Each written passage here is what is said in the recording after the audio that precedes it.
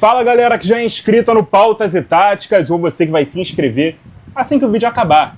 A análise retrô de hoje é sobre o Milan da temporada 2004-2005, que apesar de ter sido vice-campeão europeu, perdendo a final para o Liverpool de forma histórica, ainda assim faz parte de um período muito vencedor do clube. E na minha opinião, o time dessa temporada específica foi o melhor daquela época. A equipe mais forte, comandada por Carlo Ancelotti à frente dos rossoneiros. Isso aqui é mais opinião do que informação, tá? Fique à vontade para discordar com respeito nos comentários. Vamos sacar aqui a nossa prancheta e falar desse time base do Milan. Sempre dou aquele confere aqui, ó, para ver se o enquadramento tá legal, não tá cortando nada, a luz em cima da prancheta. Tá tudo ótimo, né? Time base daquele Milan 2004-2005 era o seguinte: Dida no gol, Cafu na lateral direita, Stan e Nesta, os dois zagueiros, Maldini na lateral esquerda, Gattuso aqui, Pirlo, Seedorf e Kaká. Formava aqui o quarteto de meio campo, com Hernan Crespo e Andrei Shevchenko no ataque. Um timaço, equilibrado em todos os setores, com grandes nomes em todas as posições e praticamente sem pontos fracos. É isso que me faz, assim, ser tão encantado com esse time. Muito se fala da seleção de 2006, né, seleção brasileira, né, do Real Madrid, dos Galácticos, e pouco se fala desse time aqui. No papel, era fantástico. Poucas coisas chegam tão perto da perfeição de um 11 titular como esse Milan aqui de 2004 e 2005, beleza? Esse time jogava num 4-3-1-2, o famoso 4-4-2 com o losango no meio campo, que à época era o sistema mais utilizado pelo Ancelotti à frente do Milan, quando ele não jogava também com a famosa árvore de Natal, né, que é o 4-3-2-1. Ele tinha esse desenho aqui de uma árvore de Natal. Nessa temporada específica, ele optou realmente pelo losango, beleza? A árvore de Natal foi usada, por exemplo, na temporada 2006-2007, quando ele levantou a 7ª Champions League do Milan.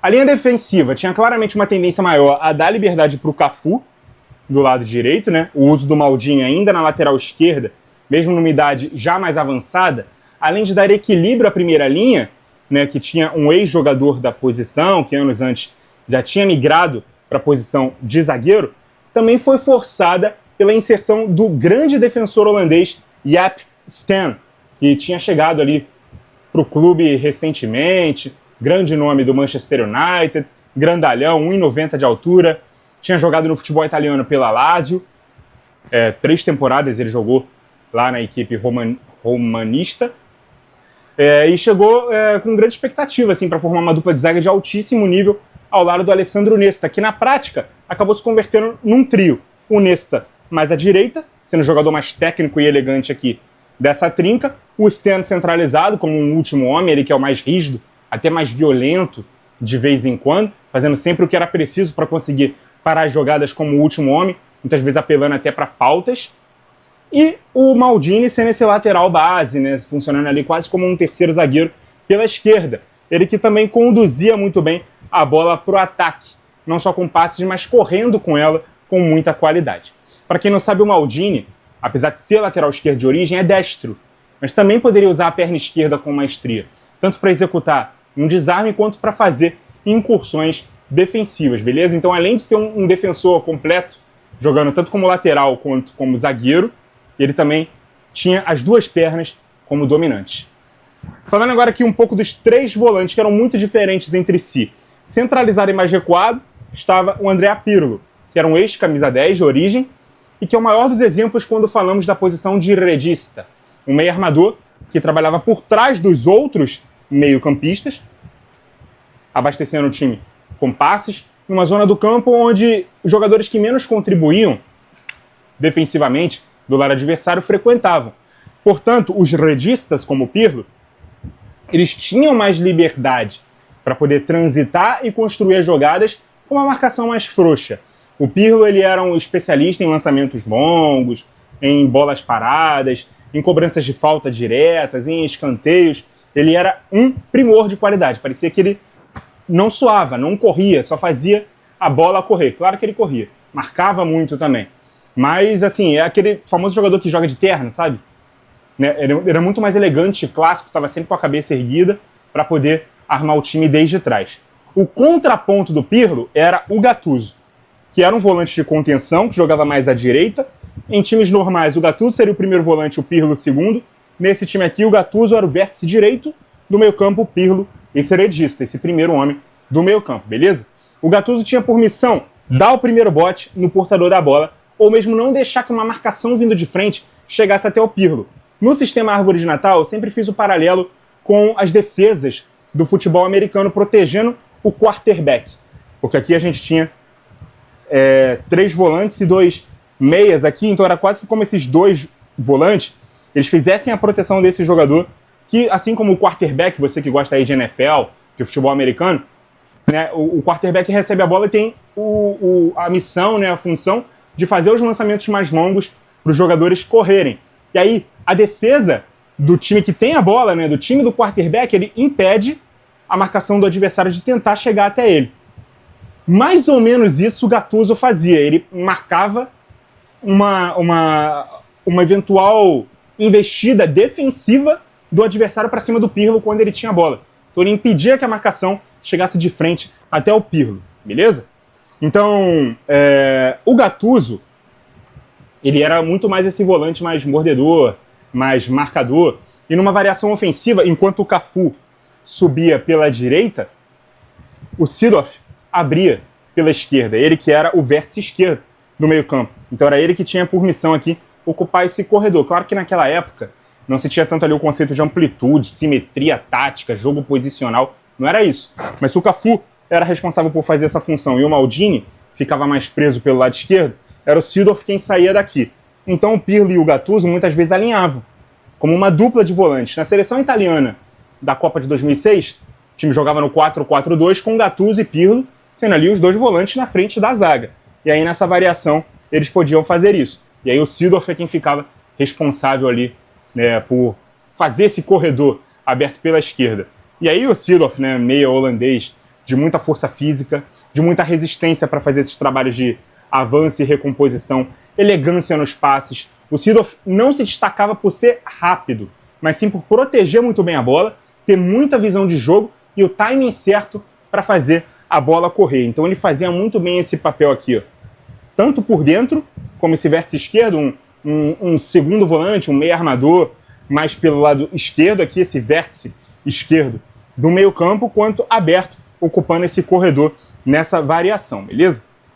Na ponta do losango, se a gente enxergar um losango assim também, estava o Kaká, o homem que rapidamente ganhou espaço no 11 ideal. Na temporada anterior, ele foi inserido no time com a saída do Inzaghi do 11 e colocado ao lado do Rui Costa, ele que havia chegado ao clube e via o português, né, sendo o grande jogador dessa posição, o grande titular da função do camisa 10. O Rivaldo mal tinha chance de jogar por conta da presença do Rui Costa. O Kaká chegou e atropelou os 2. Né? Ele que tinha muita velocidade, muita explosão, muita objetividade nas arrancadas, além de uma ótima capacidade de passes em profundidade para a dupla de atacantes. Então o Kaká, ele era esse cara muito agressivo para jogar aqui no terço final do campo. Ele era um fenômeno, sabe? Uma força da natureza. Era um jogador impressionante. Então o Kaká, ele não encantava assim por dribles desconcertantes, futebol mágico, moleque, driblador. Por isso ele acabou sendo nublado, né, nessa geração de jogadores brasileiros, né, que eram muito geniais na época. Mas nem por isso ele era menos brilhante. Nas palavras do próprio Ancelotti, é o melhor camisa 10 que já trabalhou com ele. Isso porque ele comandou nomes como o próprio Rui Costa e também o Zinedine Zidane, que, por sinal, foi quem fez o Ancelotti repensar sua forma de jogar ao comandá-lo na Juventus. Né? Quando o Carleto era técnico do Parma, antes mesmo da Juve, ele teve a oportunidade de contar, por exemplo, com o Roberto Baggio, que era um dos maiores camisas 10 ali da época. Mas ele acabou, sabe, vetando a contratação do Baggio, por entender que no 4-4-2 que ele preferia usar, não havia lugar para um jogador com essas características de um camisa 10. Ao se deparar com o Zizou, melhor do mundo na Juve, ele não teve outra escolha senão montar o time para ele. Anos mais tarde, ele estava usando até 2 camisas 10 no Milan por vezes. Kaká e Rui Costa, o Seedorf, quando migrou para cá, Kaká e Seedorf também. aqui nesse time do Losango, o Kaká era esse 10 e era o principal nome do time, beleza? A dupla de ataque era formada pelo Andrei Shevchenko, grande nome do futebol ucraniano, foi bola de ouro em 2004, é um dos maiores segundos atacantes que eu vi na minha vida, um dos maiores artilheiros da história do Milan, um grande carrasco também da rival Internacional. E ele fazia essa dupla de ataque com o centroavante argentino Hernan Crespo, ele que ganhou a posição do Inzaghi naquela temporada, chegou ao Milan por empréstimo junto ao Chelsea, jogou apenas aquela temporada, mas não dá para dizer que não valeu a pena. 18 gols com a camisa rossoneira, inclusive 2 na final da Champions de 2005.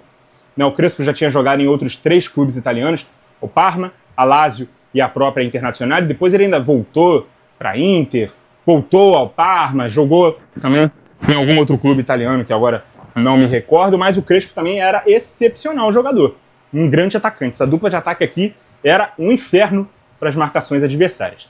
Na fase defensiva, tanto o Kaká quanto o Crespo e o Shevchenko, eles eram preservados, né, de ter que marcar atrás da linha da bola. Os 3 volantes e a linha de 4 defensores era o que se bastava na organização defensiva, no sem bola daquele Milan, né? Ou seja, o time marcava com 7 atrás da linha da bola. Hoje em dia é muito difícil, né, que um time jogue com 7, porque esse time também tinha os problemas que a gente vê hoje nesse tipo de formação. O tal do cobertor curto na frente do lateral do lado oposto, onde está a bola. Se a linha de 3 do meio campo encosta, uma inversão pode encontrar um lateral mais exposto. Esse era o grande problema defensivo desse Milan e um dos grandes motivos do Losango não ser tão utilizado hoje em dia. Eu sei que tem gente que morre de amores por esse sistema tático, gostaria de vê-lo sendo utilizado com mais frequência. Tem uma exceção aqui, outra colar ainda hoje utilizando, talvez de uma forma diferente, com uma variação diferente, não defendendo com 7 atrás da linha da bola. Algum desses jogadores aqui, um ponta, um meia, tem que fazer a recomposição. Às vezes um volante joga de meia para ele poder fazer esse papel. Às vezes esses versos laterais tinham que abrir, mas aqui não tinha jeito. O Kaká não ia ajudar defensivamente, o Shevchenko não era ponta, o Crespo era centroavante, os 3 aqui ficavam mais na defesa, beleza? E aí o time realmente tinha que defender com 7 atrás da linha da bola. Qual era a lógica aqui dessa época? Se você tem 7 defendendo e 3 sem bola, o adversário era obrigado a manter pelo menos 4 para cuidar desses 3. Se tem 4 defendendo, só tem 6 atacantes. 7 contra 6 já tinha-se uma superioridade numérica, em tempos de uma marcação mais espaçada e mais individual do que compacta e setorizada, que é o que a gente vê hoje, beleza? Então, para a época, isso aqui que hoje já é obsoleto, ainda fazia todo sentido, beleza?